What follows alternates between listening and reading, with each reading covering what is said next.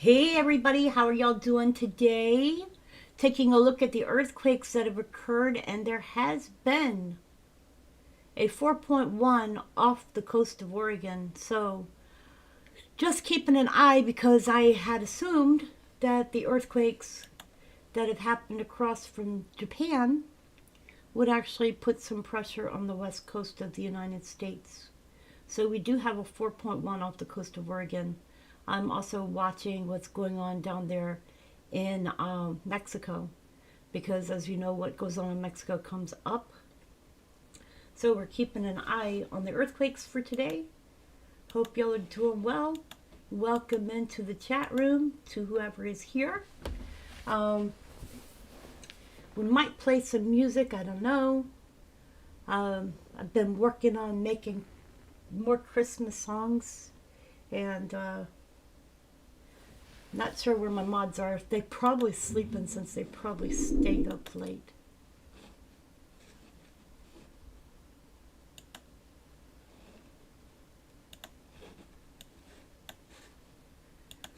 So let me see here.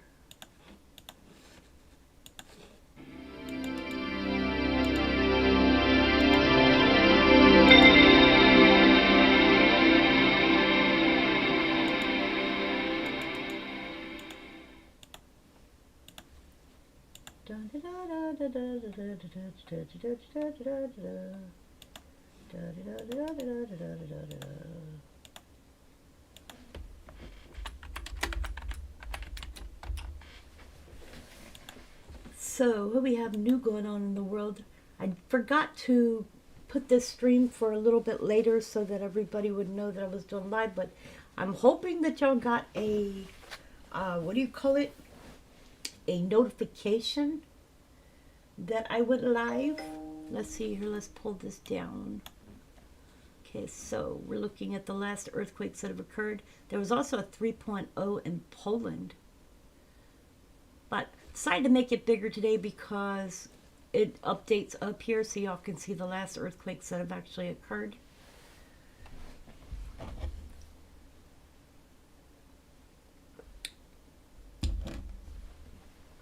Hello, welcome to the channel.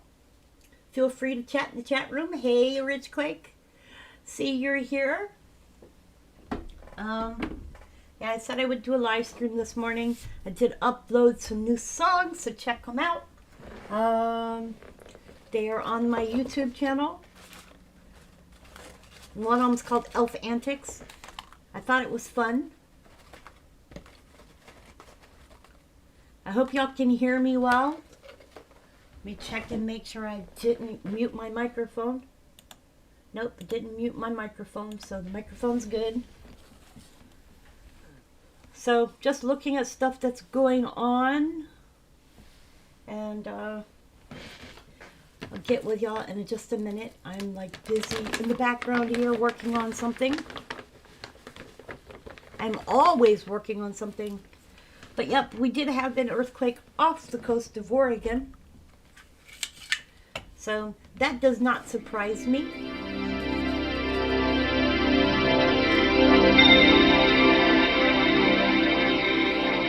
Thanks, Richard. Considering that Alaska got hit, Japan got hit, Hawaii had an eruption, and you're looking at Mexico got hit with a 4.0, the only place left was California-Oregon border area. So I'm assuming, because I have not looked at the exact location for the Oregon earthquake, I am assuming that it is probably over there off the Cascade. So, the subduction zone area. I am assuming that's where it's at, but I will look in a few minutes. And we'll go over some of the other earthquakes. I noticed that NR Canada has updated the aftershocks that were had. Now, I noticed that a lot of people have done videos and they said that it was Alaska. And, well, it was right on the border with Alaska and Canada. And if you look at it on the map, you'll see that it was actually Canada area. Did anybody feel the earthquakes in Japan? Yes, they did. There were 23 injuries. Houses moved, swayed, and there were small waves for tsunami. So there was those events that did occur, and there were 23 that were injured. So had been keeping an eye on that news. Rich Quake says part of the Yucatan in part was in the Yukon. Yes. That's why I always get them mixed up when I'm saying them. However, when you're looking at the earthquakes, and I'll show them to you in a minute for Canada, you can see where the line between Alaska and Canada is. And some places were saying that it was actually Alaska that got hit, and some have been saying that it was Canada. And I've been looking at the Canada, NR Canada, and NR Canada shows that it was actually Canada. So Canada claimed them as Canadian earthquakes, and I'm going to respect that. So let me open up NR Canada and I will show you guys. So let's do this. Let me get this stuff out of the way. I've been over here working on my desk. Okay, so I'm going to open up NR Canada, and then we'll go over the earthquakes that occurred. Canada. I did this wrong. So let's pull this up.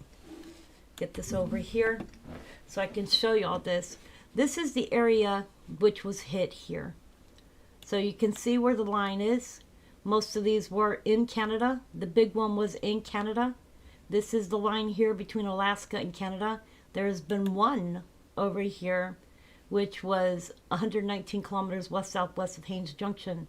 So when we're looking, you can see that this is Canada's border here with Alaska. Okay. Also, something else I can do here, I can turn on plate boundaries, and you can see where the plate goes through here. So this was plate movement mostly. And as we're looking, we can see that there has been a 4.4 today, which occurred. I believe that was the one that I just hit. That one's 5. So that was the newest one there, sorry. Is that it? Yeah, the 4.4 was right here. So, and we can see a newest is a 3.9. Okay, so as we're looking, we can see that Canada has updated all of the earthquakes that have occurred all the way back through the 6th.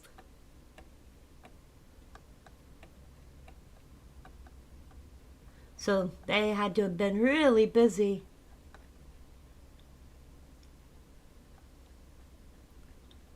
So we can see there was a lot of aftershocks from this earthquake.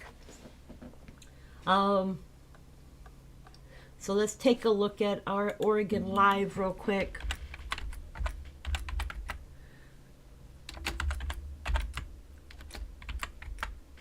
I did Oregona. Oregona! Oregon.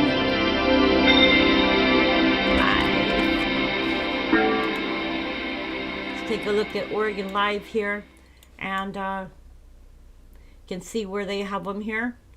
They've got the plate boundary here, but we can also see the line here which goes around, which is for Canada. So you have some here in Canada, and you have the rest, you have all these in Canada area, and then you have these over here in Alaska. However, the major earthquake itself was in Canada.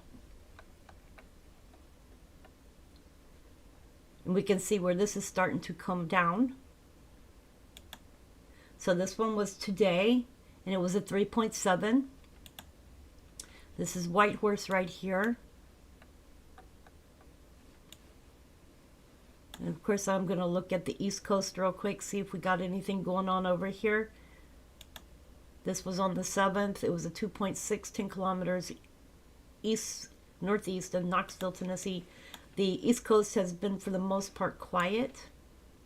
So not seeing a whole lot on the East Coast. Then we've had an earthquake here on the 8th in Kansas.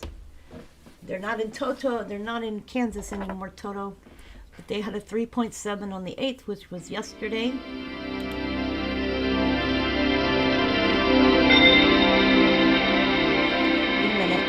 one more. Ooh, almost missed that one. That one was on the 7 kilometers southeast of Lafayette, Georgia.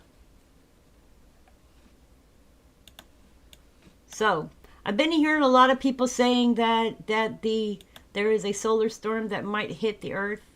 Okay, yes, we can see this was over here on the fracture zone. So, this is where this 4.1 occurred.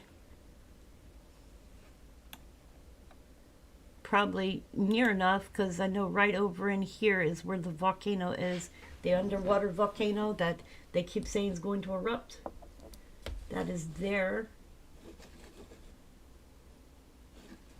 What is up with this? I don't know what's up with this. All right, so I got good sound.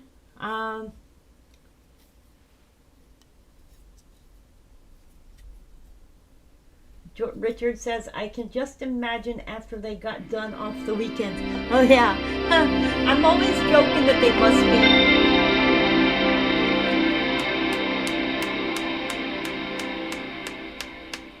I'm always joking that they must be off for the weekend and not be working. Oh. So let me see here.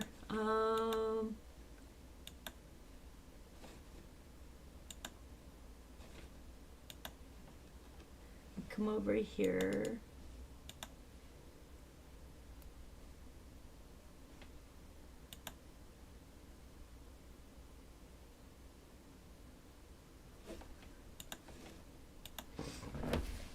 Welcome to everybody watching. Welcome to the channel. I'm going to put this down now since we just went over Canada. And we'll put the earthquake 3D back up. And this just shows the latest earthquakes which have occurred. And we just went over. Hello, Moto. Give me a minute, you guys. Hello? This is her.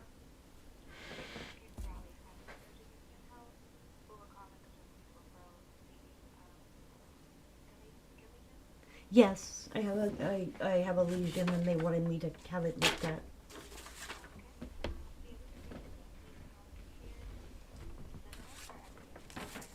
Afternoon.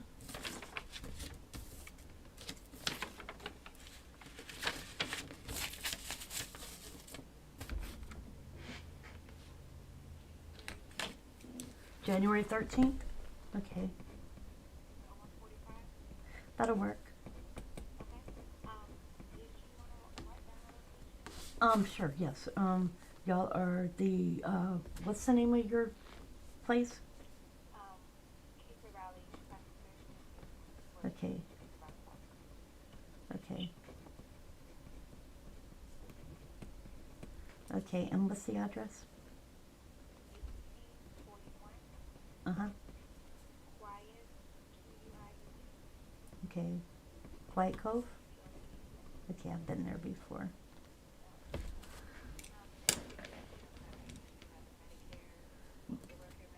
Yeah, I have WellCare dual enrollment. All right, thank you. I appreciate it. Bye. Okay, guys, that was an appointment for me to go and see a surgeon. January 13th. Okay, so lots of interesting stuff going on for me. Thank you for telling me my sound is clear. I appreciate that. Oh, so back to what you were saying about... I always wondered when I look at NR Canada if the people who do the seismics are off for the weekend because, you know, they didn't update anything except for the 7 on the day that it happened. And then the next day you saw all the aftershocks and stuff getting added.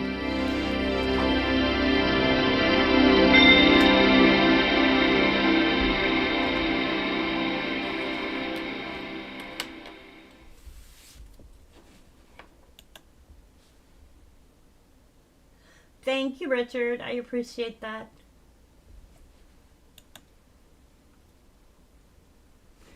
Our next earthquake was a 2.5 Western Turkey. Turkey!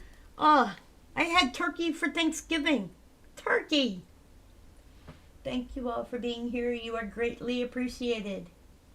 Oh, yes, y'all are very much appreciated being here, for watching my channel, for helping out with updates on earthquakes, and trying to get news and stuff in here. There's an underworld volcano that's jolted awake after 15,000 years, and 500,000 people are living inside.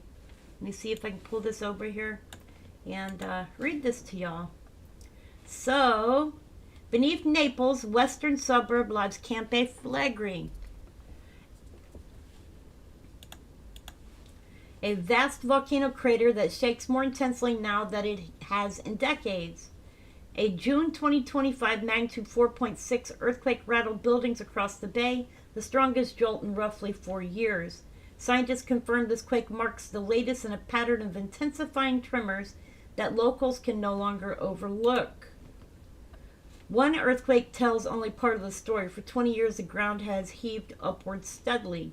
Since 2005, GPS stations around Pozzuoli have measured over 3.3 feet of uplift, with recent data suggesting a total of closer to 4.6 feet. Each uplift burst brings swarms of smaller quakes, signaling rising pressure near the crater. Romans once feared this volcanic landscape as a literal gateway to hell itself. Lake Avernus, a crater lake within Campi Flegrei, was described by ancient writers as the Hades entrance, with its fumes supposedly lethal to birds. Solfatara nearby, now closed to visitors, vents sulfurous steam from a boiling crater. Modern science articles invoke this mythology, referring to Campi Flegrei as the gateway to the underworld as unrest resurges. The region has risen menacingly before. During the early 1980s, ground uplift forced authorities to evacuate tens of thousands from Pozzuoli's historic Rionterra neighborhood. Streets cracked, buildings warped, and entire blocks were abandoned permanently. The current unrest phase, which began around 2005 and accelerated after 2012, mirrors the crisis but persists far longer. When Campi Flegrei last reshaped itself catastrophically, it produced a massive eruption that blanketed much of Europe in ash. Geologic studies date the Neapolitan Yellow Tuff eruption to roughly 14,000 to 15,000 years ago, one of two massive collapses that carves today 8-mile-wide crater. Major outlets refer to this as the volcano's last major eruption, distinguishing it from a much smaller 1538 Monte Nuovo blast. So, roughly 500,000 people live on this restless ground inside Italy's Campi Flegrei red zone. This high-risk area includes Pozzuoli, Boccoli, Monte dei Procida, Quarto, and Western Naples neighborhoods, all positioned within or directly atop the caldera. Civil protection evacuation plans assume moving all 500,000 residents within roughly 72 hours if alert levels reach the highest level, red. Home literally sits inside a volcano. Oh, you guys, that is interesting. You'd like to try a turducken, Richard? Let me see something real quick.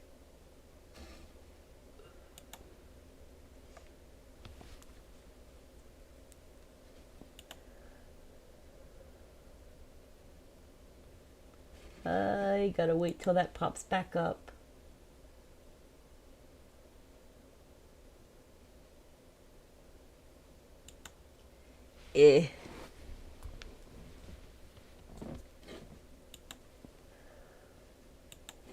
Alright, I am going to just let y'all watch Earthquake 3D and earthquakes, and I am going to sit back here and do some stuff. I'll be right back.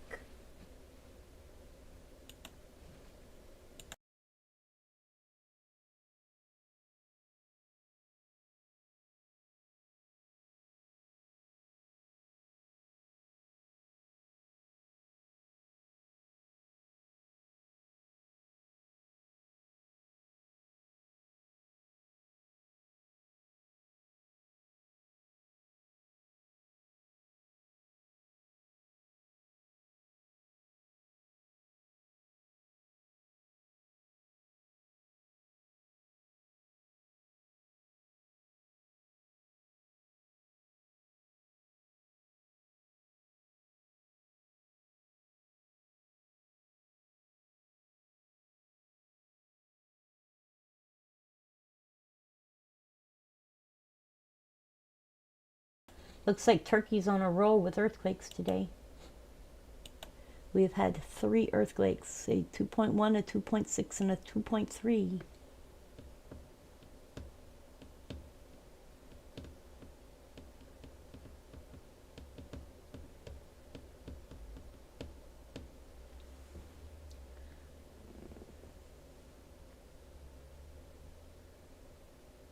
I wouldn't be surprised if we were to see another big earthquake over here. Just saying.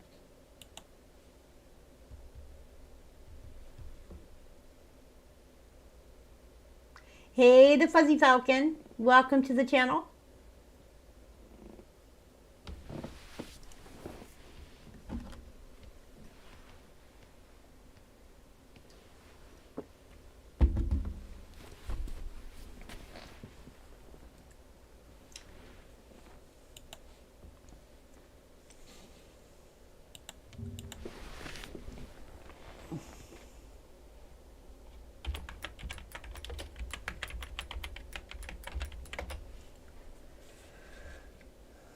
So you guys know Japan has issued a megaquake warning 7 hours ago.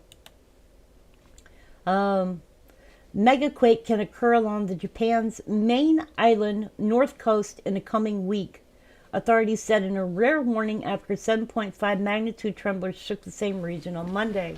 Officials at the Japan Meteorological Agency said that the Monday quake was struck at 11:15 p.m. off the Pacific coast of Aomori Prefecture at a depth of 54 kilometers, increases the chance of a quake of similar or higher magnitude in the same region within the coming weeks.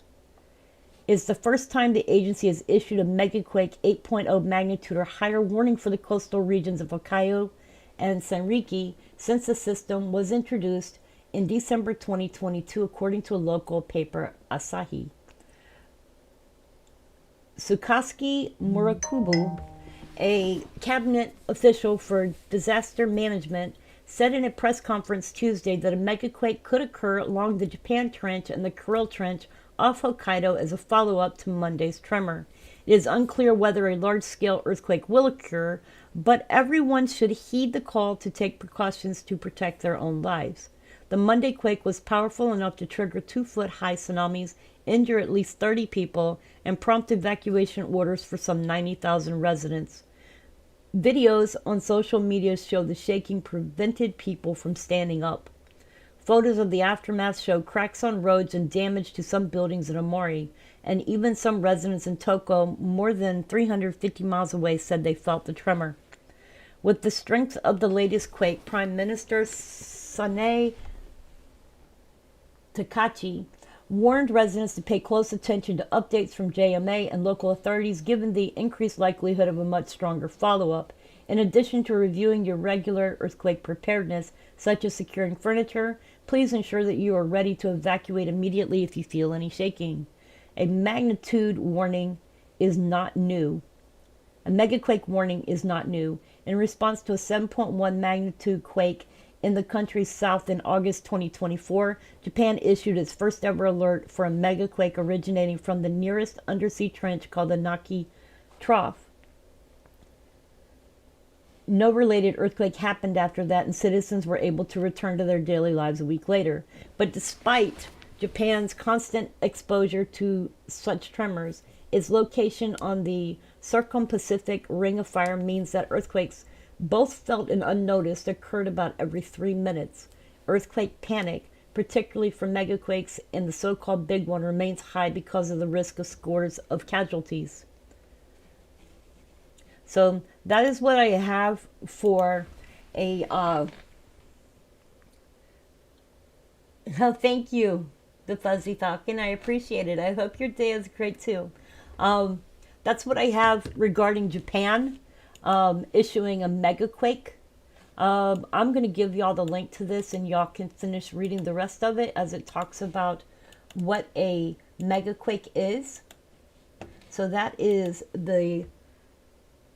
Oh, your son is in Okinawa. I hope he is safe. I know that that area has had earthquakes in the past. So it's good to just be prepared. Okay, so there were dozens that were injured after the magnitude 7.5 earthquake. At least 30 people were injured after the 7.5 earthquake hit northeastern Japan on Monday night, forcing thousands of people to evacuate their homes. The quake occurred at 14:15 Greater Mountain Time at a depth of 50 kilometers or 31 miles, and it was 80 kilometers off the coast of Amori region. The Japan Meteorological Agency stated it prompted tsunami warnings, which have now been lifted, while waves of 27 inches were seen. Some train services have been suspended and thousands of homes have been left without power as a result. Authorities have also warned that a stronger tremor could occur in the coming days, urging the public to remain on high alert for at least a week. Addressing citizens affected by the earthquake, Japanese Prime Minister Sanae Takachi said, reconfirm your daily earthquake preparedness, such as ensuring that you secure your furniture and prepare to evacuate immediately if you feel shaking. Orders were also listed for 90,000 residents to evacuate, according to a news agency. The Amori prefectural government said around 2,700 homes have been left without power. East Japan Railway has also suspended some services along the northeastern coast. The Japanese government has set up a response office within the Prime Minister's Crisis Management Center and convened an emergency team. Chief Cabinet Secretary Minoru Kahari has said, we're making every effort to assess the damage and implement emergency disaster response measures, including rescue and relief operations. Following the tremor, Japanese electric company Tohoku Electric Power said no irregularities were reported at its Hagashidori and Onagawa nuclear power plants as a result of the quake. None were detected either at the disabled Fukushima nuclear power station site. The Japanese authorities told the International Atomic Energy Agency Fukushima was damaged when a magnitude 9.0 quake struck off the country's eastern coast on 11th March of 2011. That quake, the most powerful ever recorded in Japan, triggered a tsunami which swept over the main island of Honshu, killing more than 18,000 people and wiping entire towns off the map. Japan is one of the world's most earthquake-prone countries. It sits on the Ring of Fire and as a result experiences about 1,500 earthquakes a year. Earlier this year, Japan's earthquake investigation panel said that there was a 60 to 90% chance that a megaquake would occur in the Nanki Trough within the next 30 years, with worst-case scenarios suggesting it would cause trillions in damage and potentially kill hundreds of thousands. Earthquakes along the Nanki Trough, an area of seismic activity which stretches along Japan's Pacific coast, have already been responsible for thousands of deaths. So, that's what I have for you regarding Japan.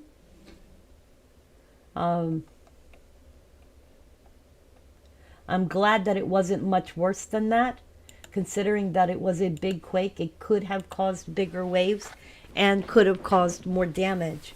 So there's also just been a 3.1 off the coast of Central America, a 4.1 Sunda Strait, Indonesia, and a 2.0 Southern California. So those may or may not populate onto my Earthquake 3D because I get different colored flags for different colored things. So we'll see if it pops up.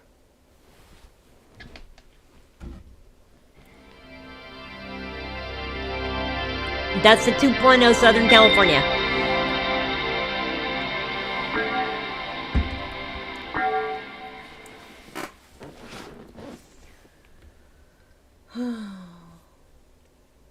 Yeah, that surprised me. It did surprise me that there was another bigger quake, because when we were over on Richard's channel a few days ago, we were talking about the fact that the 7 had happened in Canada, and we were talking about the fact that it would affect the other side of the plate. Now I'm actually looking, because usually what I see is, now we've seen the two top parts of the plate move, we'll probably see the two lower parts of the plate move. So I'm suspecting that we're going to see something in South America and perhaps Indonesia or over towards New Zealand. So I'm just watching those two areas to see if there's a bigger quake. So we just have to keep an eye out.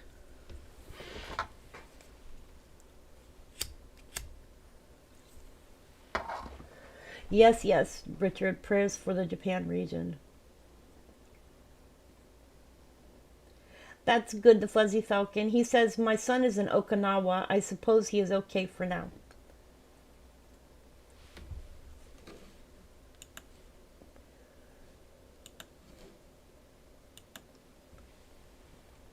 Rich Quake says, in 1929 there was a 7.2 off of Newfoundland. I wonder if the conditions are similar to the way they were back then. Well, with plate movement and other stuff going on, I don't think that they're similar, but it is possible that there could be another one off of Newfoundland.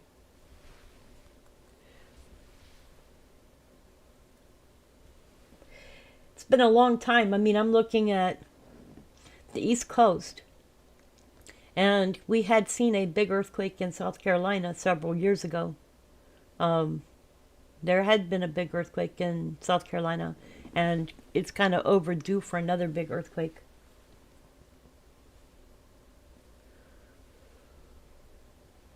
The 1929 earthquake caused a tsunami that eliminated people. That's sad. Things are a lot different now, though. What I don't understand is they have something called earthquake balls or tsunami balls. And I don't understand why they're not given out or have them in areas where people can use them in areas that are tsunami prone. I'll show you what a tsunami ball looks like.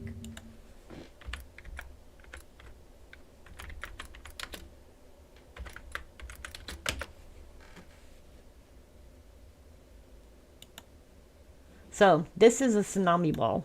Oops, I did this wrong. Shoot. Cancel. Okay, this is a tsunami ball. And if there's a tsunami, you're supposed to go inside this ball. And it's supposed to keep you safe. Tsunami Pod aims at saving lives. And this came out, the Seattle Times did a piece on it. So it makes me wonder why more areas don't have these. They're like survival pods. They have 2 seats in them. Just makes me wonder. It might be worth investing in those in areas that can use them. Fuzzy Falcon says, I'm in Memphis, Tennessee area. There have been claims of a big one here for decades. Yes, the New Madrid. And the New Madrid has been getting a bit busier lately. But the New Madrid was a horrible earthquake.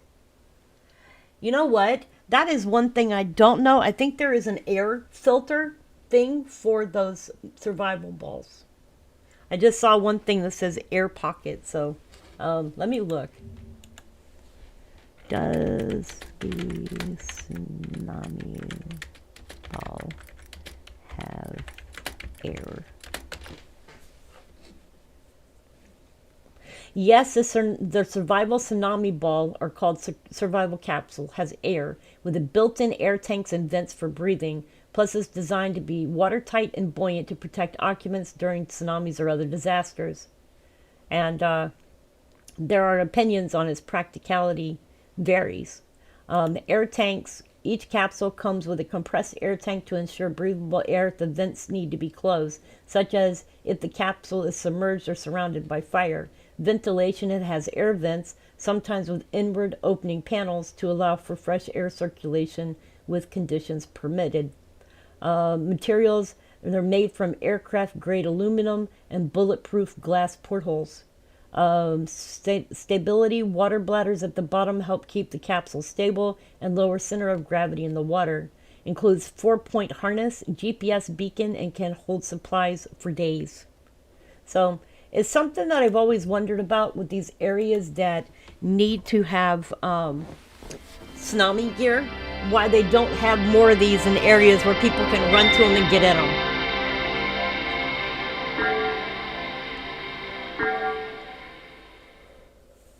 It would make more sense if they did.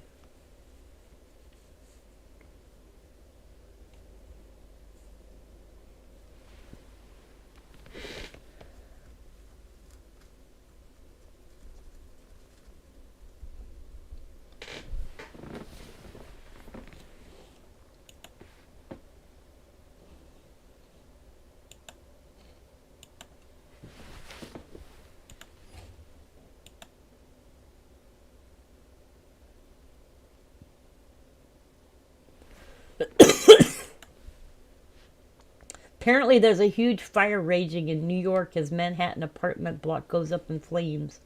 Wow, let me see here. New York fire news. There's a 4-alarm fire 2 hours ago. UWS apartment building. Three were injured in a massive 4-alarm fire on the UWS. The fire ripped through the apartment building early Tuesday morning. Upper West Side, New York, a massive 4-alarm fire broke out in a 6-story apartment building Tuesday morning on the Upper West Side, injuring 3 people.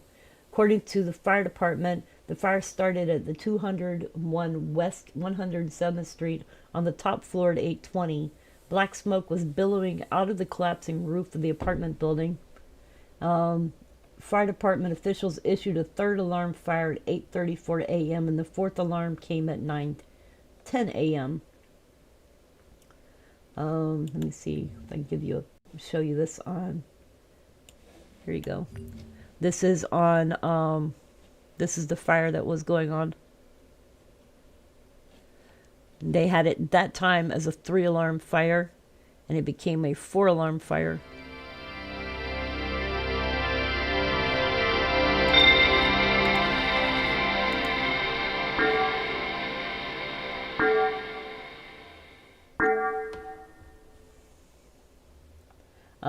Around 140 firefighters and medics responded to the blaze. 3 people, including 2 residents and 1 firefighter, had minor injuries from the fire. The New York City Department of Emergency Management said that people nearby should expect smoke and traffic delays. Upon arrival, they had heavy fire on the top floor and throughout the roof. The engine companies moved in aggressively and did extinguish a tremendous amount of the fire, but due to the amount of fire and structural stability, they had to remove them to below top floor and open the tower ladders.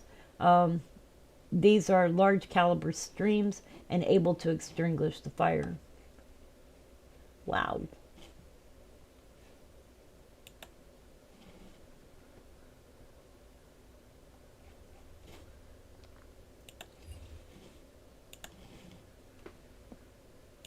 Aluminum bulletproof glass is very good, yes.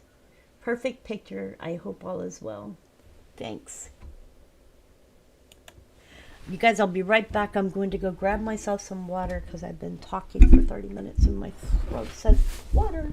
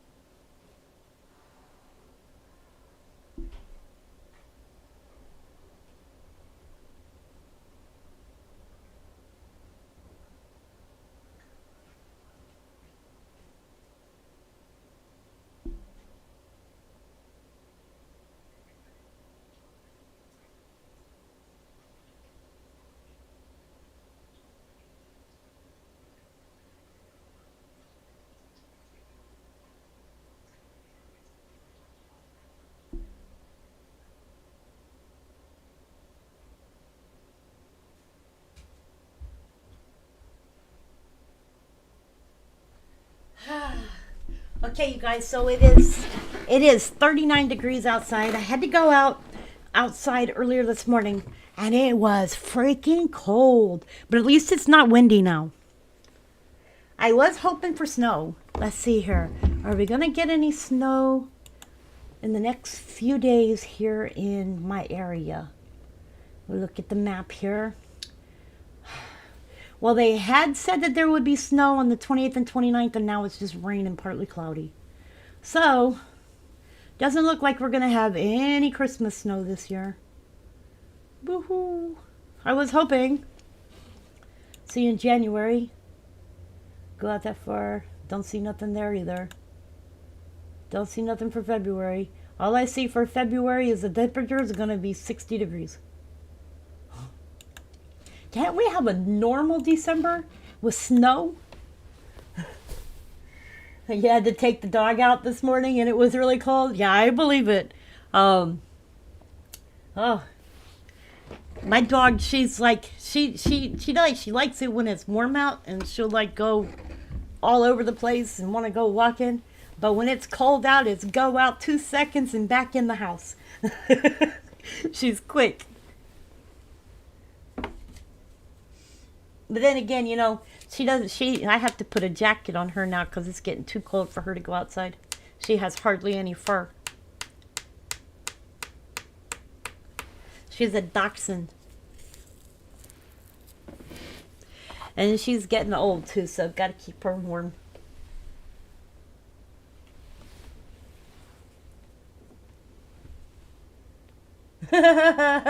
You went to the kitchen and got a Twinkie? Oh boy. I went and got some iced tea.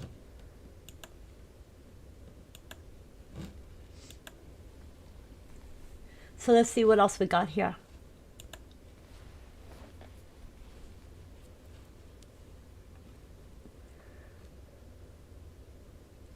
Anybody playing the Powerball? It's at $875 million. You know you'll never win, huh?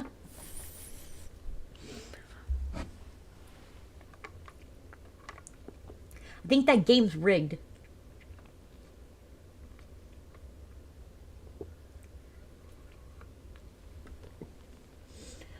Rich says, going to be going out for coffee after. I might go down through town and take a video of the town tree. Awesome. Hey, didn't you do a... Yeah, I think you did. Or was it... No? Was it this year or last year? When you went and took a picture of the tree. You did a video with your wife. Was that this year? Lurking. Game starting. Awesome, Fuzzy. I think that was last year.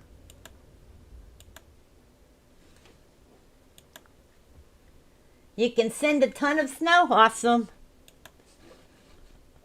What's the weather like right now? Is it snowing? Okay, guys, Tarapaca Chili has just had a 3.3. Why is this all the way up here? Don't know why.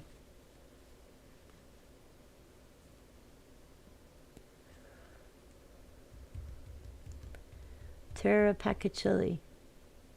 That reminds me of a dinosaur.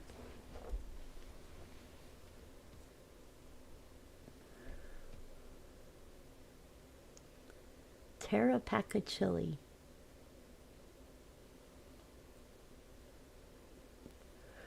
And it looks like New Zealand has had a 3.6. I'm waiting for this to refresh. Let's refresh.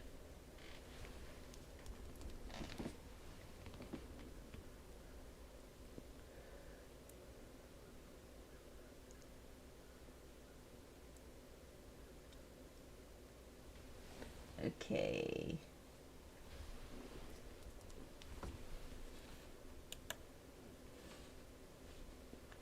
All right, so I'm looking at them saying that there is a solar storm racing towards Earth with auroras tonight.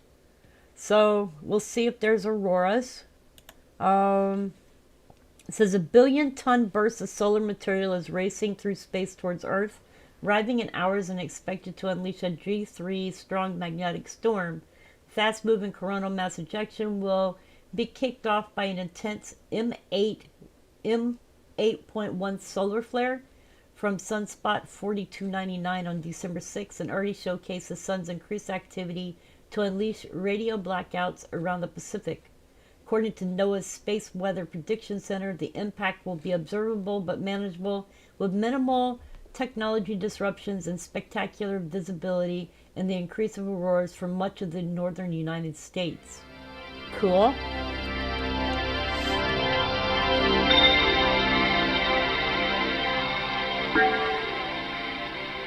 For those who don't know, CMEs are enormous expulsions of plasma and magnetic field from the sun's corona, and when directed head-on at Earth can create a full halo signature in a chronographic image.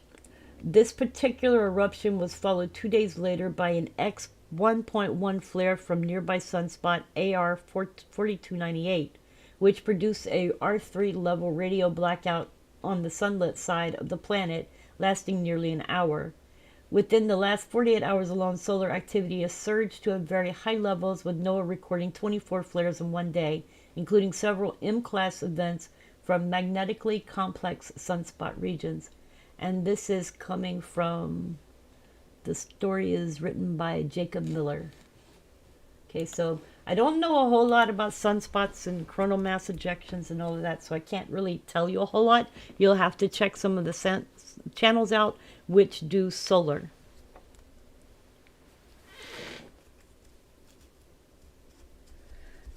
However, I do know that it causes headaches, and these storms can cause people's moods to change and a whole lot more stuff. It can cause your bodies to ache, especially if you are in tune with energy.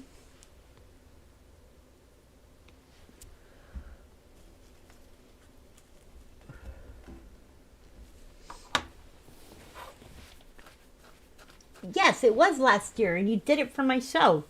You know what? I was wondering because I forgot. I was remembering that you went and took pictures of the Christmas tree. That was before you started doing live streams. I thought that was when you did it. Wow, that's a long time ago, huh, Richard?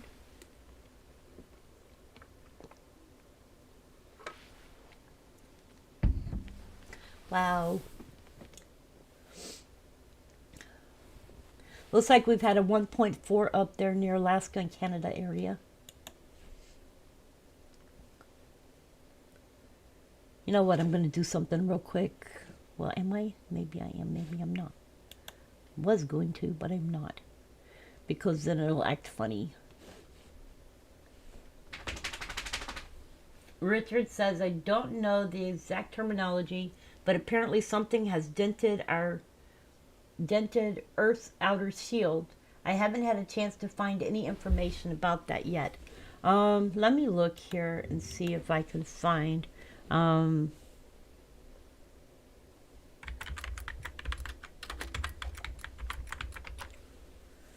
me see here.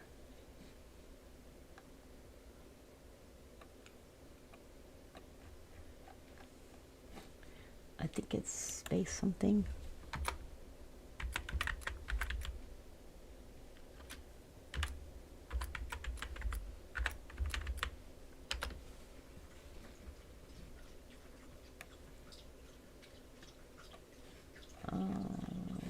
I forgot the name of the site.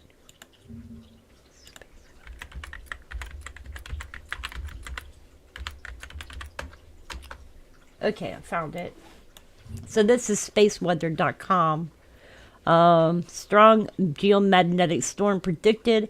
A coronal mass ejection. CME is heading straight for Earth. NOAA's forecasters say the strong G3 class geomagnetic storm are possible when it arrives on December 9th. The full HALO CME was launched on December 6th by an M8 class solar flare from a sunspot 1499. If it is as potent as NOAA thinks it is, it could spark auroras from the Arctic Circle to the mid-latitude United States. CME impact alerts. Lunar perihelic circle. That is a very rare. Notice a gigantic ring of light circling the sky over home in Kalida, Manitoba. The full moon blazing like a white hot diamond sat on one side of the ghostly ring. Cool.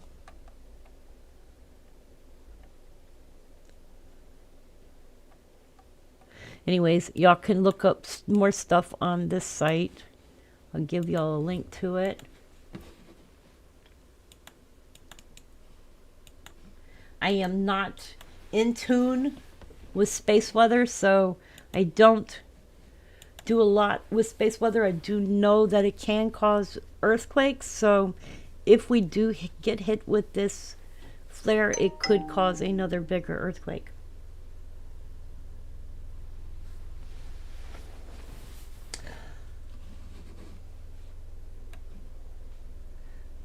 Fuzzy Falcon, thank you for coming into the channel today. I appreciate you being here.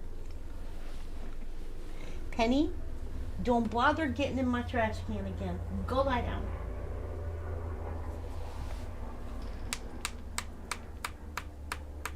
A long time ago.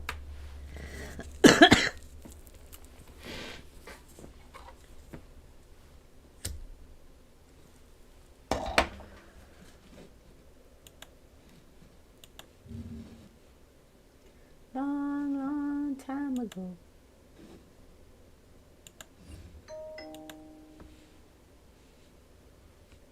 There has been a 3.3 in Tarapaca, Chile. There has been a 1.4. It looks like it's over there in the Canada area. Canada.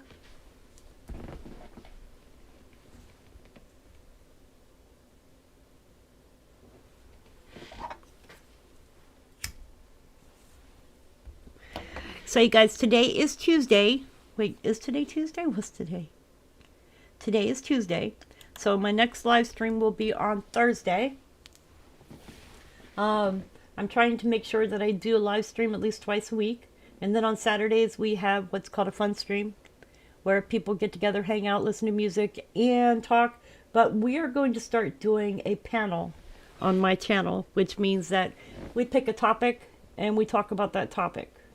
So that is what we are doing. I did one a few days ago. What day was that? I think we did it on Sunday. And we talked about homelessness.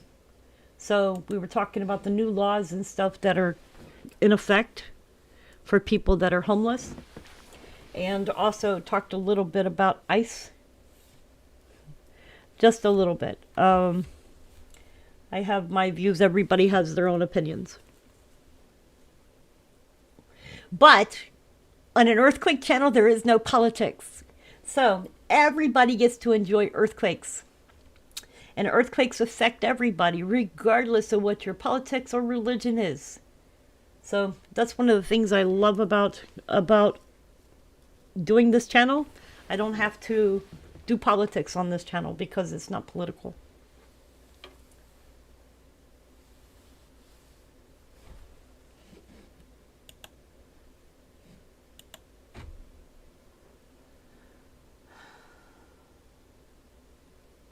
Okay, you guys, so a little update. If you'd like to help out with my channel, I do have PayPal, and I do have memberships, and I do have a Cash App.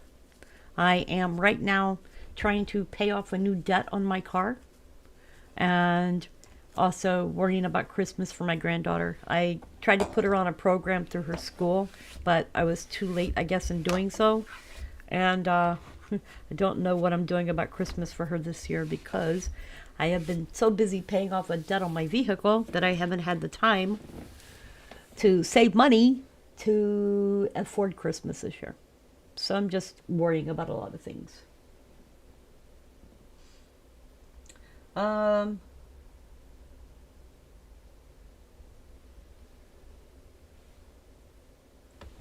me see here. Yes, there was a 3.1 off the off coast of Central America, so that would be down over here.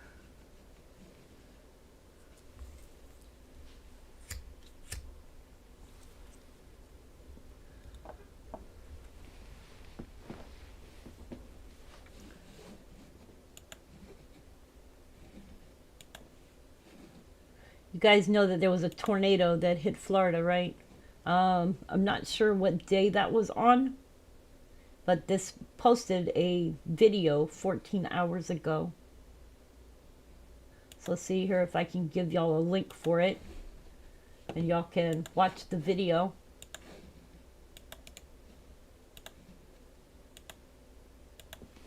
So there was a tornado in Florida.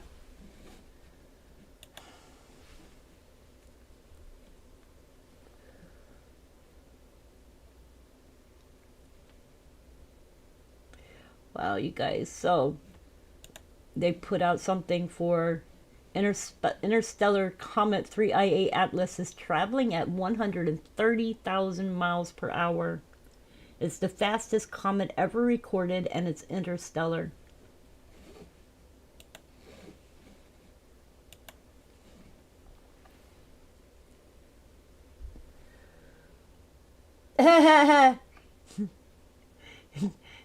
Richard says, can we talk about Canadian arthritis medicine? No. You can. I'm not.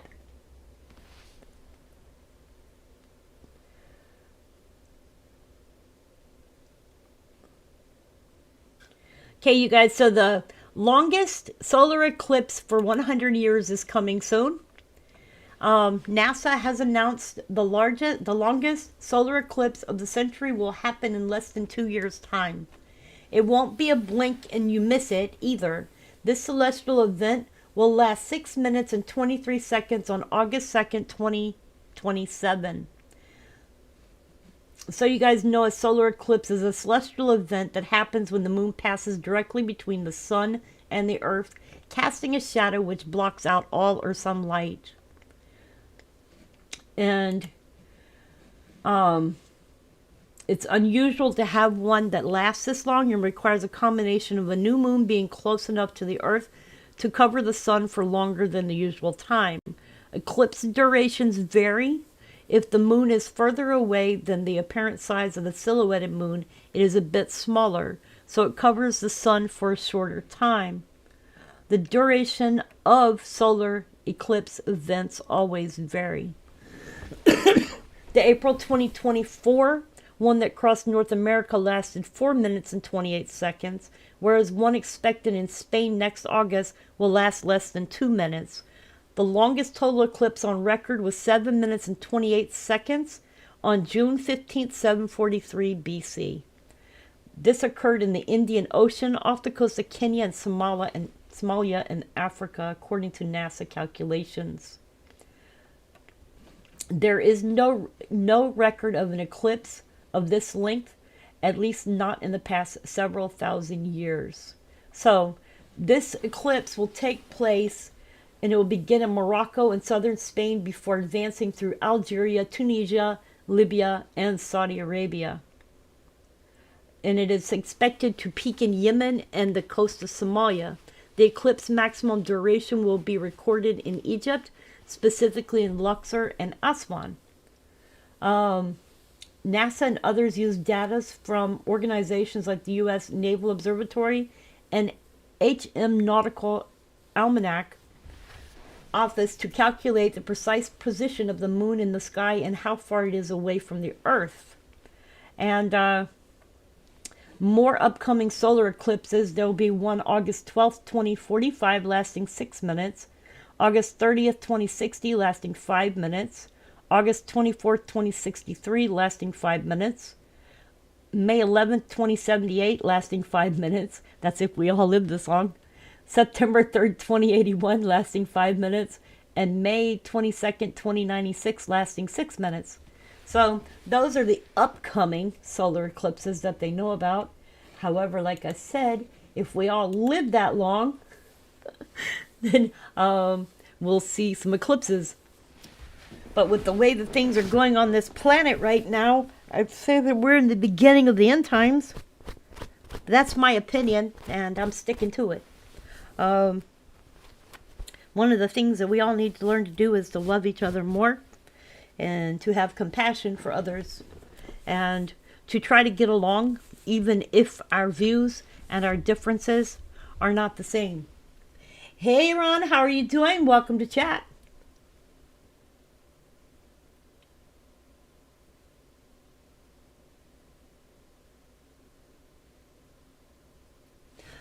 Yeah, we all need to learn to get along.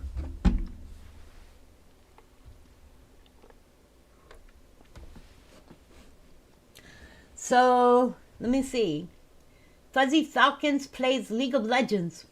I haven't heard of that game before.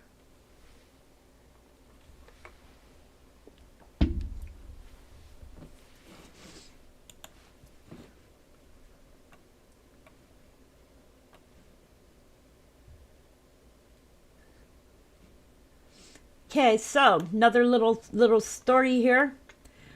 Earth has crossed 7 of 9 planetary safety limits, according to scientists. Scientists tracking the health of the planet now say humanity has pushed Earth far beyond 7 of 9 environmental limits that kept conditions stable for thousands of years. The warning is not about about a distant apocalypse, but about a world already shifting beneath our feet, from acidifying oceans to disrupted climate patterns and eroding ecosystems that support food, water, and safety. Instead of a single crisis, researchers describe a web of pressures that are reinforcing one another and steadily shrinking the margin for error. The latest assessments argue that the safe operating space for human societies is rapidly closing, and that the choices made in the next few years will determine whether those planetary support systems can still be pulled back from the brink. Wow. So, there are 7 of 9 planetary safety limitations being breached. I don't know much about it. According to the latest global assessment, 7 of the 9 planetary processes that keep Earth habitable have now been pushed beyond their safe ranges.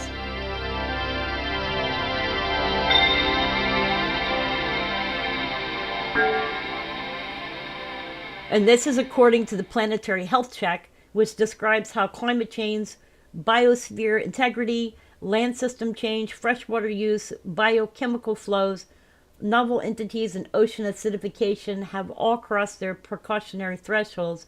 Only 2 boundaries related to the stratospheric ozone layer and parts of the atmospheric system remain within or close to their safe zones. So, if y'all want to read more about this, I'm going to give y'all a link. I'm not going to go through the whole thing. Everything is up to your own discernment. Don't believe everything that you hear online or everything that you read.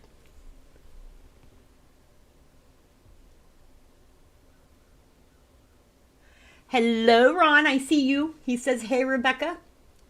Yeah, like I was saying, don't believe everything that you read online. Ron says, I have no reports of any dents in our magnetosphere. Our magnetosphere has not been strengthening like it has after the solar minimums in the past. Now, that's true. I was trying to find something on that, but I don't see anything about that either. You gotta take everything with a grain of salt, unless you're reading it from science news and science magazines. And I would take everything with a grain of salt. There are a few channels that I support, that I watch, and I'm more into channels that are telling you exactly what is going on.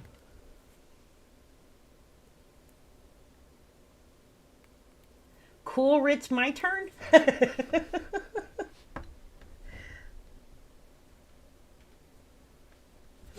Let me see what else I got here, you guys.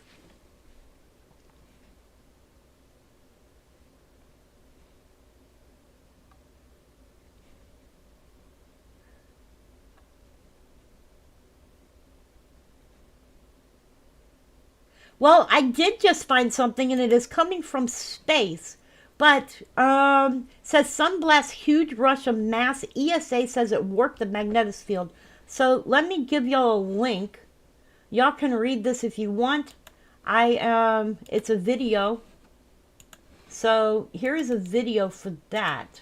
Like I said, I don't believe in everything that I read and see, and that is a video, so that is coming from space.com.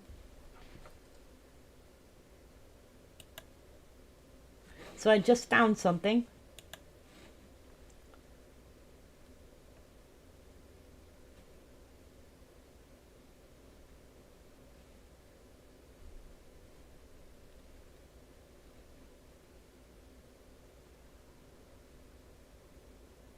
So Amazon has issued a warning to millions of customers.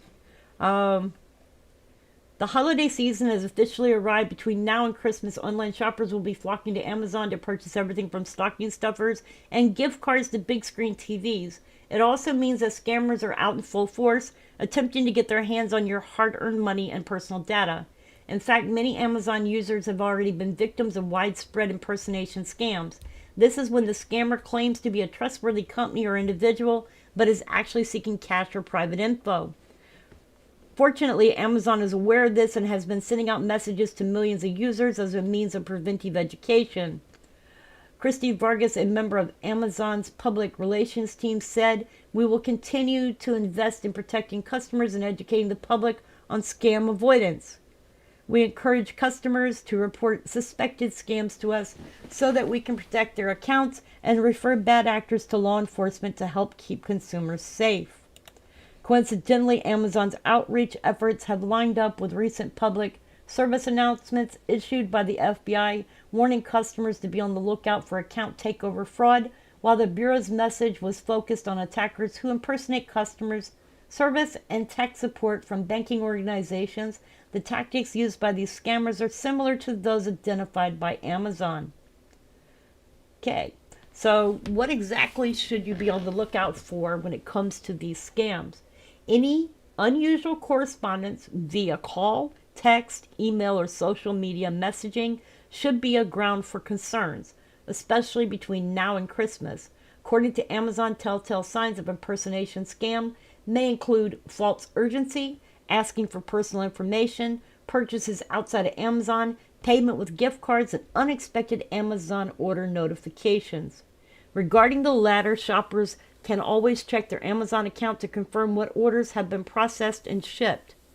In a report released by the Federal Trade Commission in May of 2024, the agency noted that 34,000 reports of scammers impersonating Amazon the prior year. The same report also mentions that Best Buy, Geek Squad, and PayPal were the other two companies most often impersonated. Many consumers shop from their mobile apps, and unfortunately, the big tech brands are all well aware of the scammer activity. Apple's filtering system for iOS 26 is aimed at text scams, and Google is also fighting text message scams. But that doesn't mean that users should be letting their guard down. If you think you've received a scam message or notification from Amazon, your best course of action is to report the suspicious activity to reportscam@amazon.com with images of the messages you've received. Scam shoppers should also contact the FTC at www.reportfraud.ftc.gov. Even if you didn't suffer financial loss or identity theft, your report could prevent other accounts from being compromised by scammers.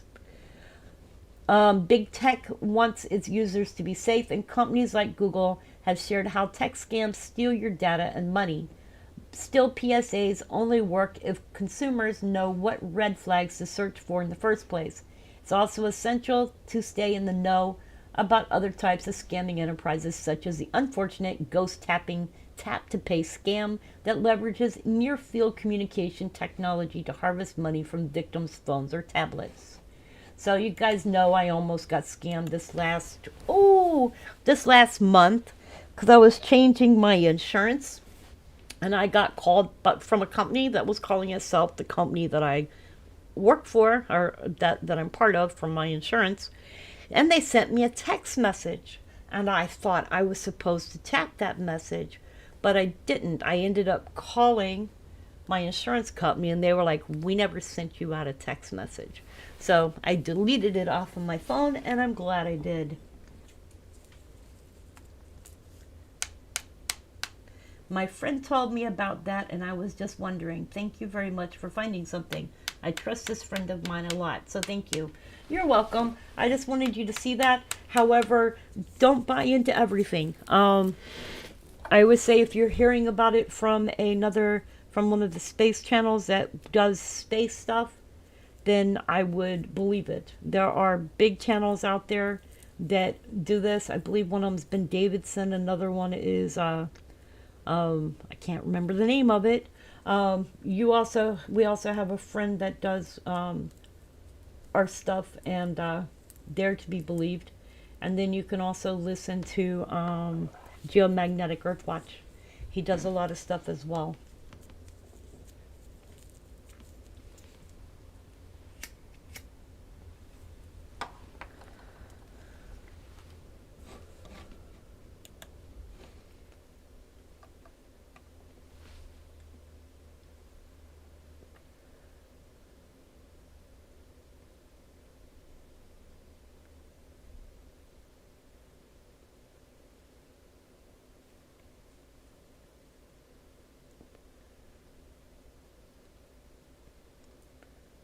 So, I'm looking to see if I got anything else here.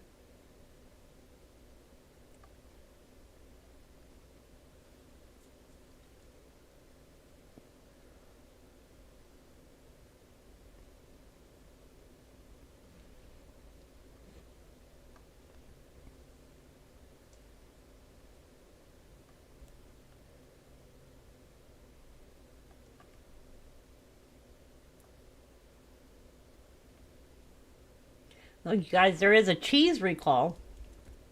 Um, and it's due to listeria contamination. Pre-shredded cheese is one of the greatest first world pleasures to emerge in the 20th century.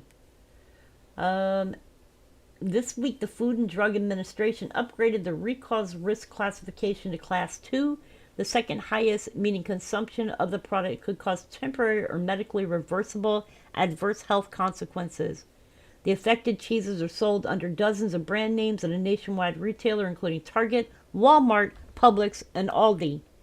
The FDA says they were distributed to 31 states: Alabama, Arizona, Arkansas, California, Colorado, Florida, Georgia, Idaho, Illinois, Indiana, Kansas, Kentucky, Louisiana, Minnesota, Mississippi, Missouri, Nebraska, Nevada, New Mexico, New York, North Carolina, Oklahoma, Oregon, Pennsylvania, South Carolina, Tennessee, Texas, Utah, Virginia, Washington, and Wisconsin, as well as Puerto Rico.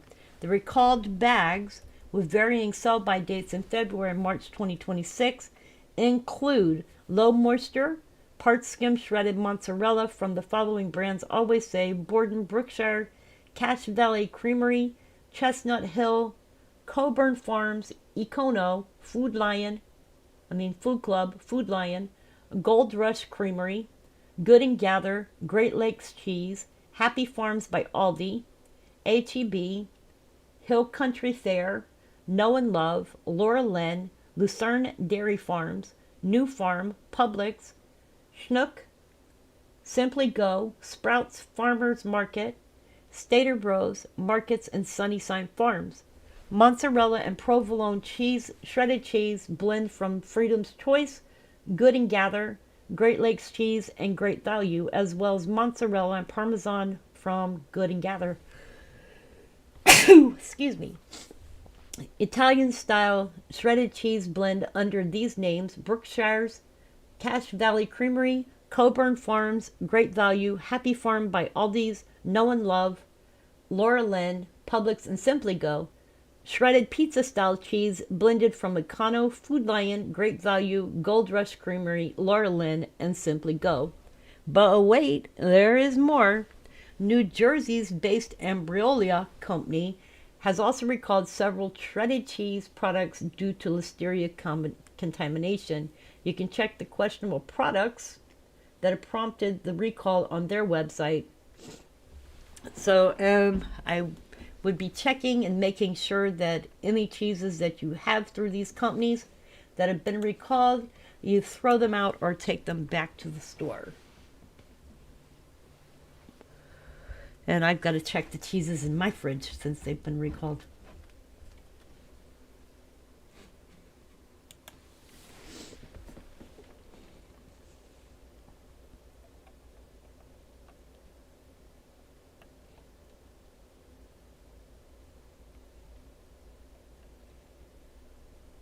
So if you're on Social Security, you guys, the House has passed Social Security overhaul, but the Senate gets to act next. And 5 hours ago, nuclear sites were inspected in Japan as seismologists warn of another large quake.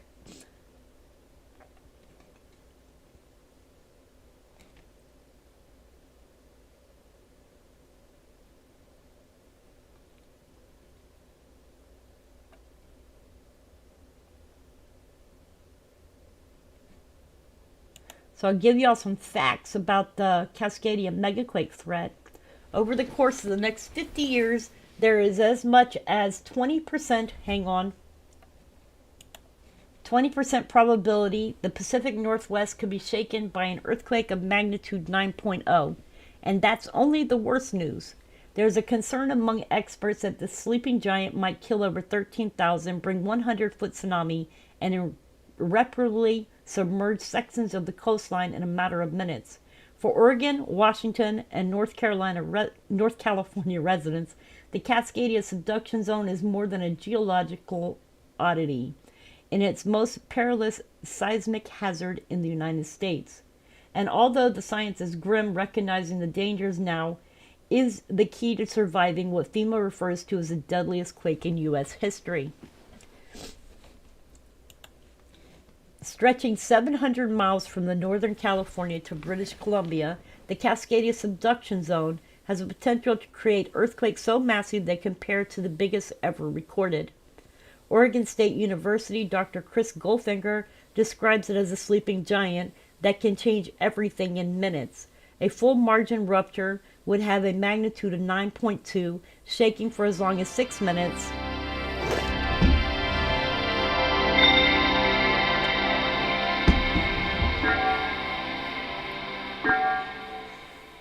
Shaking for as long as 6 minutes and cause tsunamis that reach the coast within 20 minutes.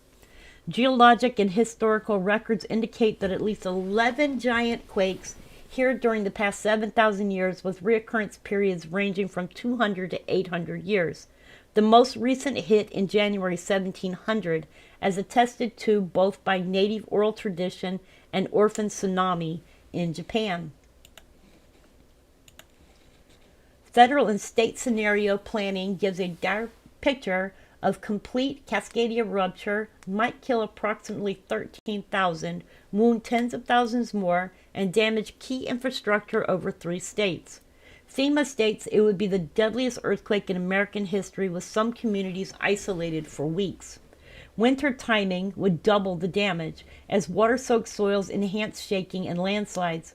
The most vulnerable populations, residents in nursing homes and patients on dialysis, would need immediate air evacuation and, under any circumstances, difficult logistical feat. The most catastrophic yet underappreciated impact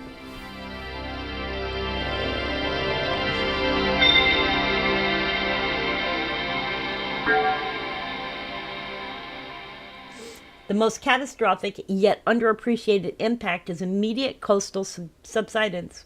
A study in the Proceedings of the National Academy of Sciences indicates a Cascadia quake would lower ground up to 6.6 feet immediately, which would increase the high-risk floodplain by as much as 116 square miles.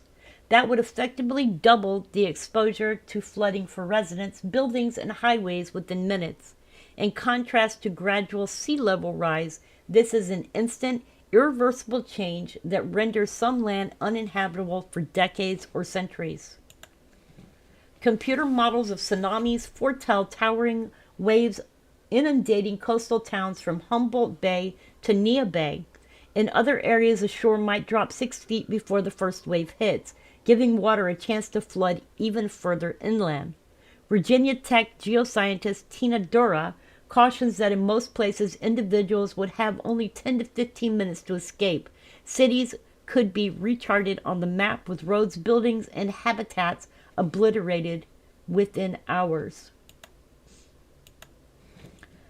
By 2100, sea level rise induced by climate change would potentially enhance earthquake-induced flooding to catastrophic proportions. In a high subsidence scenario, the resident population of a floodplain might increase by more than 3 times, and more than 29,000 buildings may be exposed. Critical infrastructure, hospitals, wastewater treatment plants would suffer from constant flooding, and agricultural land might be lost due to saltwater intrusion. The loss of intertidal wetlands directly affects ecosystem services such as water filtration, habitat for fisheries and shorebirds, and carbon storage capacity. The FEMA estimates a magnitude 9.0 Cascadia earthquake puts economic losses at $134 billion, including earthquake and tsunami destruction. That would include lost bridges, ports, and schools, along with long-term loss of usable agricultural land and displaced people. Ports and navigation channels would be damaged for years, affecting regional and national supply chains. Even with growing rates of awareness, specialists such as Yale's Dr. Jeffrey Park cautioned that our readiness has not yet kept up with development. Several coastal towns continue to remain without proper evacuation routes, warning sirens, and seismic retrofits. Budget cuts, including the cancellation of the BRIC program by FEMA, have caused closure to key projects, exposing tsunami-bound rural schools and hospitals to a perilous risk. Local emergency response groups in areas such as Pierce County, Washington, are creating maps of local hazards, locating special needs residents, and conducting evacuation drills. Specialists emphasize prompt relocation to higher ground may reduce fatalities by half. King County's resilience hubs hope to serve as safe havens and resources prior to, during, and following disaster, and seismic retrofits of critical bridges such as Portland's Burnside Bridge may keep the roads open. So that's what I got for you on that. There's been international cooperation with Chile and Japan in facilitating the adoption of tested early warning and tsunami response policies by U.S. agencies. The collaborations also emphasize Cascadia's global significance over subduction zones present a comparable threat, and insights gained here have potential to save lives globally. The Cascadia subduction zone is a unique intersection of high likelihood and unprecedented impact. While the science ensures that the issue is not whether but when, the future is not predestined. Investments in infrastructure, public education, and joint emergency planning can make a possible mass casualty disaster a survivable, albeit devastating tragedy. The clock begins ticking now, but planning today could translate to survival tomorrow. So that's what I got you guys for Cascadia subduction zone. Retro says he's going to go make coffee. Be right back. I make yours hot chocolate. Awesome. I ran out of water. I've got to go and buy some water to make any hot chocolate with. So I'm just waiting so my daughter can get it. Had coffee earlier now on Orange Crush. I like Orange Crush. Orange Crush is good, but I'm on a diet, so I can't have any soda. And actually, I noticed by stopping drinking coffee, I actually lost weight. So there's good things in that. I started drinking tea. I love iced tea. Okay, you guys. I am glad you all were here today. Thank you for hanging out with me. Y'all can tell I've got like a stopped up nose right now. I don't know why.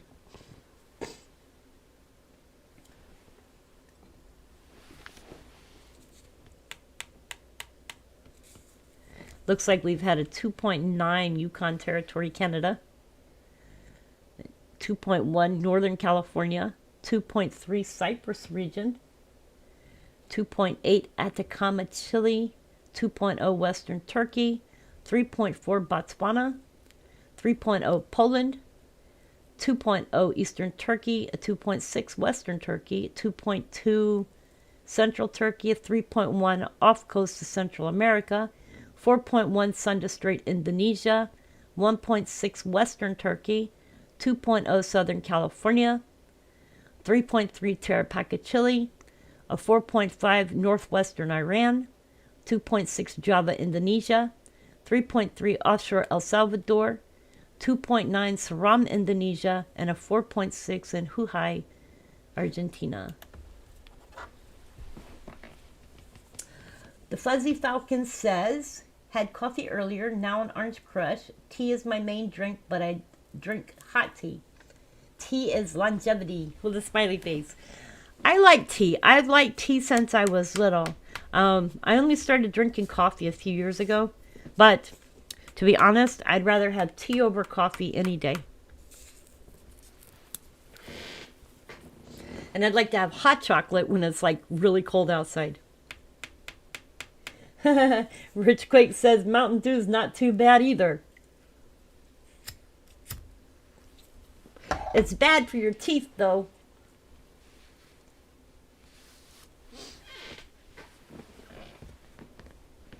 I used to drink Mountain Dew when I was younger. I don't know. It's acidic, though.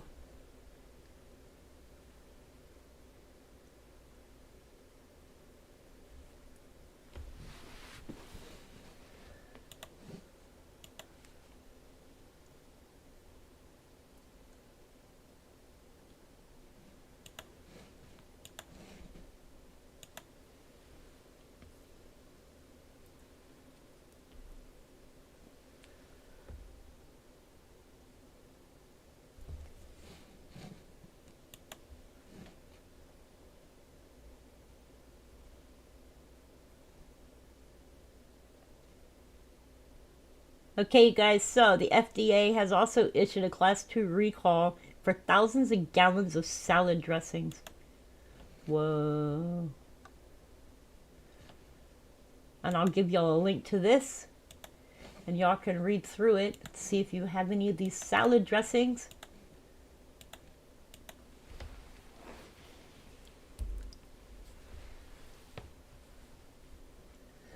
I've never drank energy drinks, especially since people died from drinking them. I always think if people die from something, there is no way I'm going to drink it.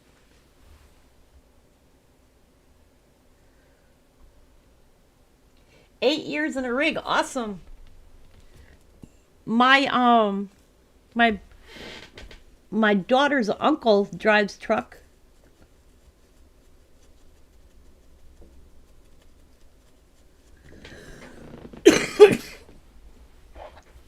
I don't know. I liked coffee when I was little, and then I liked tea more. I don't like tea from the stores. I don't like tea from McDonald's or any of that. I like making it myself. So I like making sun tea.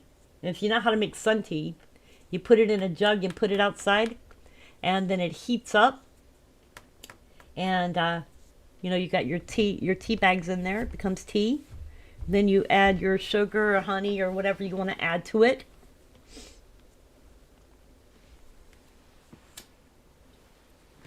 Okay, guys, so one thing I'm going to let y'all know,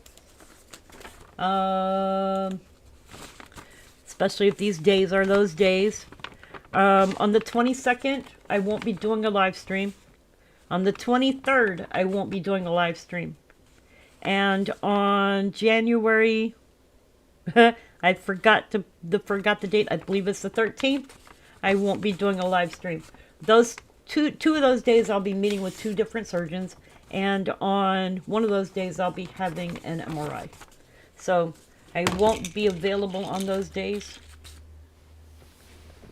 And it's taken almost a month because I was telling you guys, I have a spot that they believe may be cancer, and I have to go in and see a skin doctor.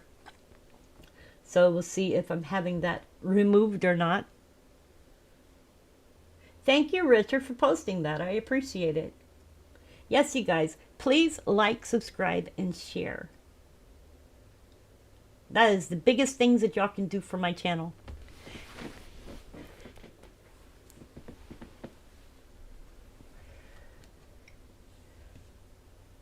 The Fuzzy Falcon says, yeah, I have 2 sun tea jars. Best iced tea ever. Yes, it is. I don't know what makes it better, but it might be that because it sits in the sun and it gets heated by the sun. I don't know. It just makes it better. It tastes better.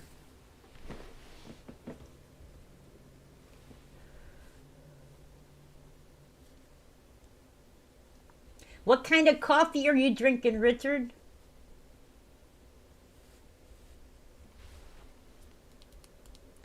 One of the things is, and I know this sounds gross, but I stopped drinking coffee that isn't like the specialty coffees, you'll find out that they're created differently.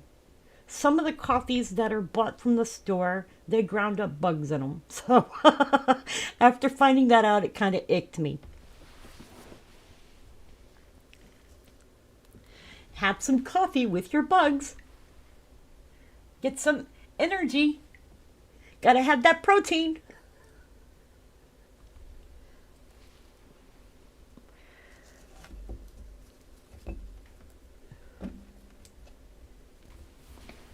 Fuzzy Falcon says, once I thought I would be slick and add the sugar to the sun tea, and then I set it out.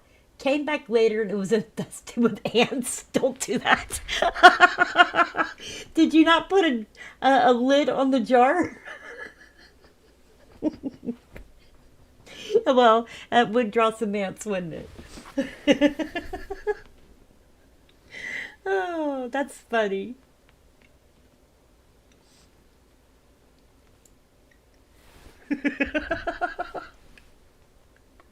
I'm surprised there weren't bees there too.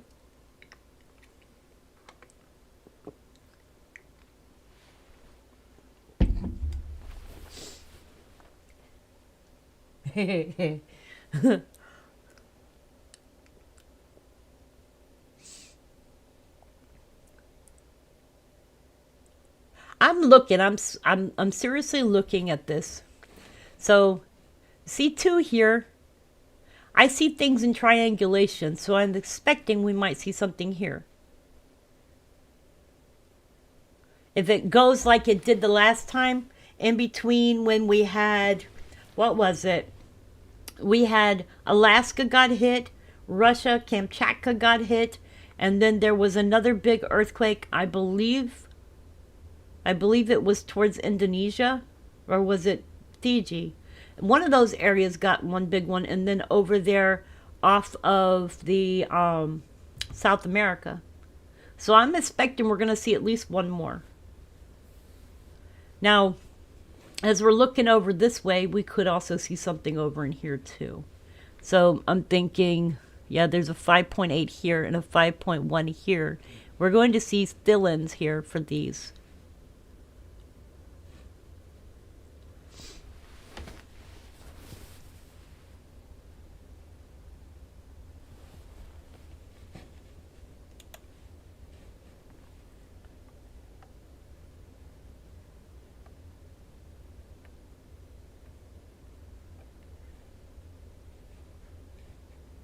Okay, so when the sun fired off its massive X flare, it resulted in radio blackouts in Australia and parts of Southeast Asia.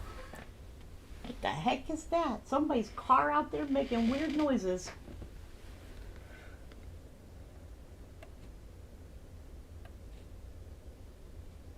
Okay, so you guys, there are 7 processed foods scientists are now linking to early cognitive decline. So processed meats, that is one of them, and it is a silent brain saboteur. Eating about 2 servings per week of processed red meat raises the risk of dementia by 13% compared to those who eat less than approximately 3 servings a month, according to a 4-decade study of more than 130,000 people. The numbers get even more concerning when you dig deeper. Higher intake of processed meat has been associated with increased risk of all-cause dementia and Alzheimer's disease. Higher intake of processed red meat has been linked to worse global cognitive aging, including language and executive function. Swapping processed red meats for nuts, beans, and tofu may help lower dementia risks. I'm going to still stay with some of my red meats here. Artificially sweetened diet drinks. It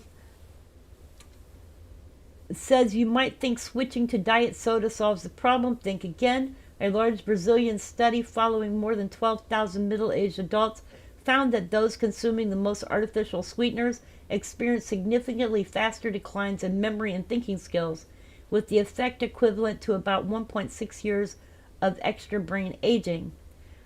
That's astonishing when you consider how many people choose diet drinks believing they're making a healthier choice. People consuming high levels of certain artificial sweeteners, about 1 teaspoon daily, saw their cognitive abilities decline by 1.6 years.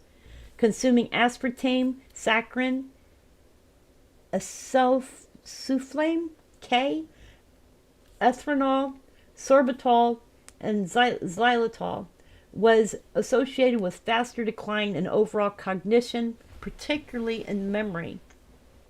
Interesting, Tagatos showed no such link.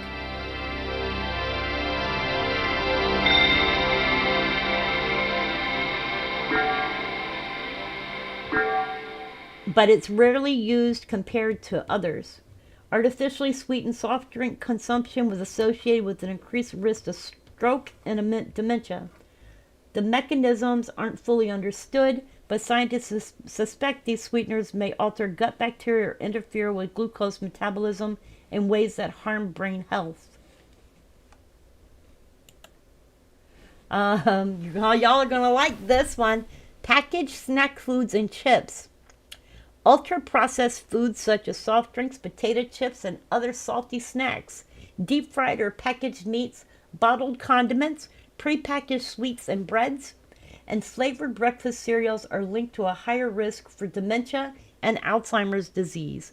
Those crunchy, salty snacks engineered to be irresistible, they're designed that way intentionally. Multi-billion-dollar companies create these foods to hook us, so our agency around food is low. These products typically combine high levels of salt, unhealthy fats, and refined carbohydrates along with additives and preservatives. After a median follow-up of 8 years, participants who reported consumption of ultra-processed foods or more than roughly one-fifth of daily calories had a 28% faster rate of global cognitive decline and a 25% faster rate of executive function decline. Executive functions control planning, decision-making, and complex thinking. Pretty crucial stuff. Packaged chips and similar snacks flood your system with ingredients that promote inflammation while providing virtually nothing your brain needs to thrive.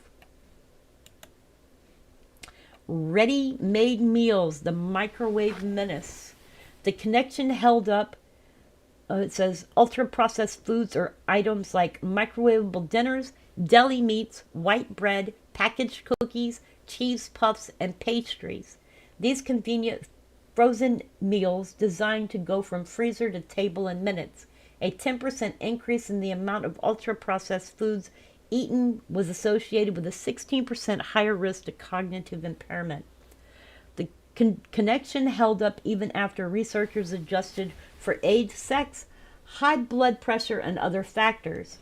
Frozen dinners are often loaded with sodium to enhance flavor and extend shelf life, along with preservatives and additives your body doesn't recognize as real food. Saturated and trans fats, added sugars, and sodiums are common in processed foods such as packaged snacks, ready-made meals, and heavily processed meats. And these elements can damage blood vessels, restricting blood flow to brain tissue and trigger inflammation throughout the body, including the brain. The majority of caloric intake by consumers in the United States can be tied to ultra-processed foods, which are foods to which fats, starches, sugars, salts, and hydrogenated oils have been added to enhance their taste, flavor, and shelf life, with common examples including ready-to-eat snacks and meals, sugary beverages, sweetened breakfast cereals, and cured meats. The sheer ubiquity of these products makes them particularly dangerous.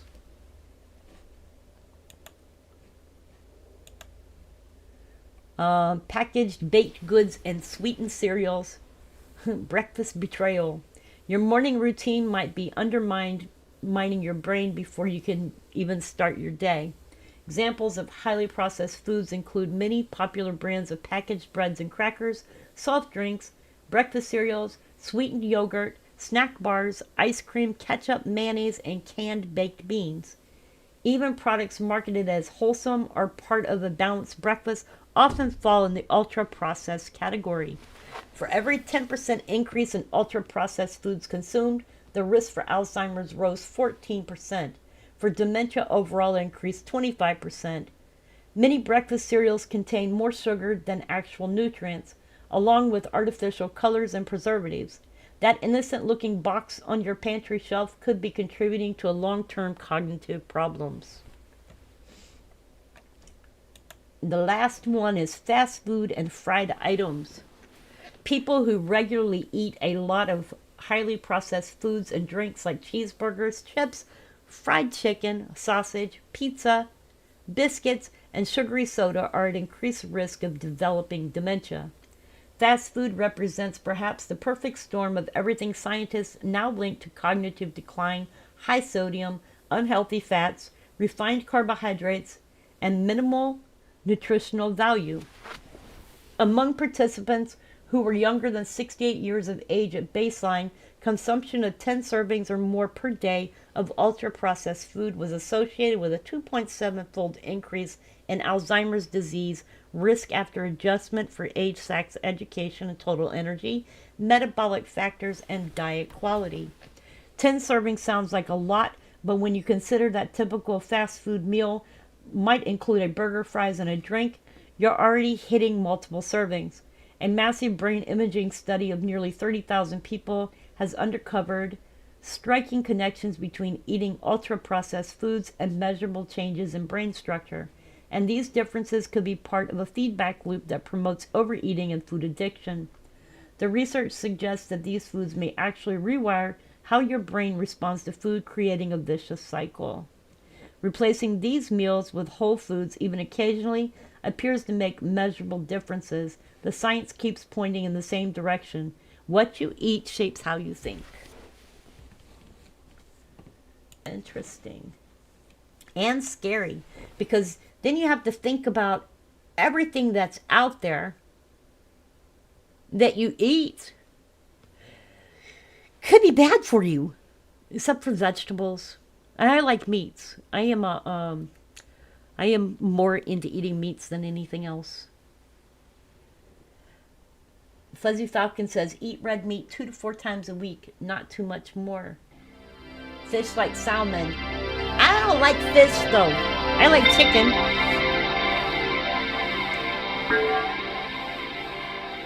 I eat a lot of chicken, but I've never really liked, I'll eat fish. I like fish that don't have bones. Okay, let's just say it that way. If it's a fish that doesn't have bones, I'll eat it. But if it's a fish that's got bones, I won't eat it. That's because when I was little, we used to catch fish all the time. And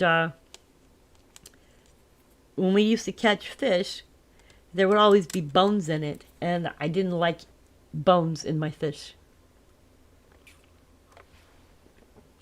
I like tuna. I'll make tuna sandwiches. But I'm not much for bony fish. Ugh. Okay, you guys. So, thank you for joining my live stream today. Thank you for being here. Thank you for listening. Thank you for checking in. Thank you for watching. Thank you to Richquake for being here today. Fuzzy Falcon, thank you for being here. It was nice to see you in chat. Thank you to everybody else who has stood around, watched, and hung out. Please remember to like, subscribe, share the video. Do I like salmon patties? Yes, I do. Just without bones. Anything without bones. Okay, so when we were in the Bahamas when I was younger, we used to catch all kinds of fish, right? It would be all kinds of fish. And the way my dad made it, he would make fillets, but they wouldn't take the bones out. So that would be the issue that I had. All right, you guys. I will see you all on Thursday. Please remember to tell someone you love them. Tomorrow's never promised, and make each day an adventure. All right, you guys. Love.